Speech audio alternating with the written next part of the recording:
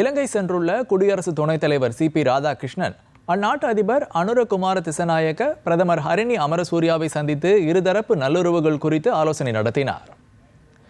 குடியரசு துணைத் தலைவர் சி.பி. ராதாகிருஷ்ணன் இன்று காலை தில்லியிலிருந்து தனி விமானத்தில் இலங்கை புறப்பட்டு சென்றார். கொழும்பு விமான நிலையம் சென்ற அவருக்கு பாரம்பரிய கண்டி நடன நிகழ்ச்சியுடன் உற்சாகமான வரவேற்பு அளிக்கப்பட்டது.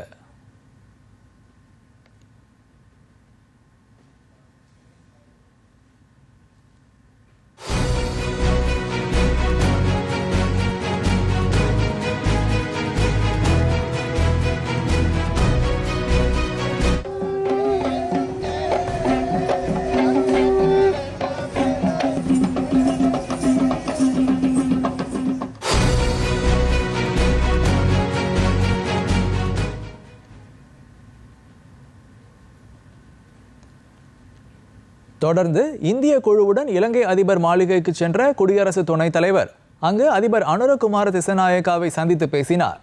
இந்த சந்திப்பின் போது பொதுவான வரலாறு மற்றும் கலாச்சார விழுமியங்களில் வேரூன்றிய இந்தியா இலங்கை இடையிலான பலதரப்பட்ட உறவுகளை மேலும் வலுப்படுத்துவது குறித்து இரு தலைவர்களும் ஆக்கப்பூர்வமான கலந்துரையாடல்களை மேற்கொண்டனர்.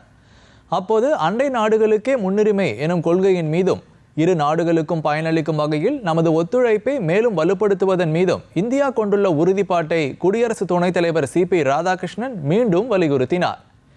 இந்திய வீட்டு வசதி திட்டம் மற்றும் இலங்கையில் தித்வா புயலால் பாதிக்கப்பட்ட பகுதிகளுக்காக ஒதுக்கப்பட்ட $450 மில்லியன் அமெரிக்க நிதியின் கீழ் செயல்படுத்தப்பட்டு வரும் திட்டங்கள் உள்ளிட்ட பல்வேறு முன்னெடுப்புகள் குறித்தும் இந்த சந்திப்பின் போது ஆலோசிக்கப்பட்டது. இதன் பின்னர் இலங்கை பிரதமர் ஹரிணி அமரசூரியாவையும் குடியரசு துணைத் தலைவர் சி.பி. ராதாகிருஷ்ணன் சந்தித்து இருதரப்பு நல்லுறவுகள் குறித்து ஆலோசனை நடத்தினார்.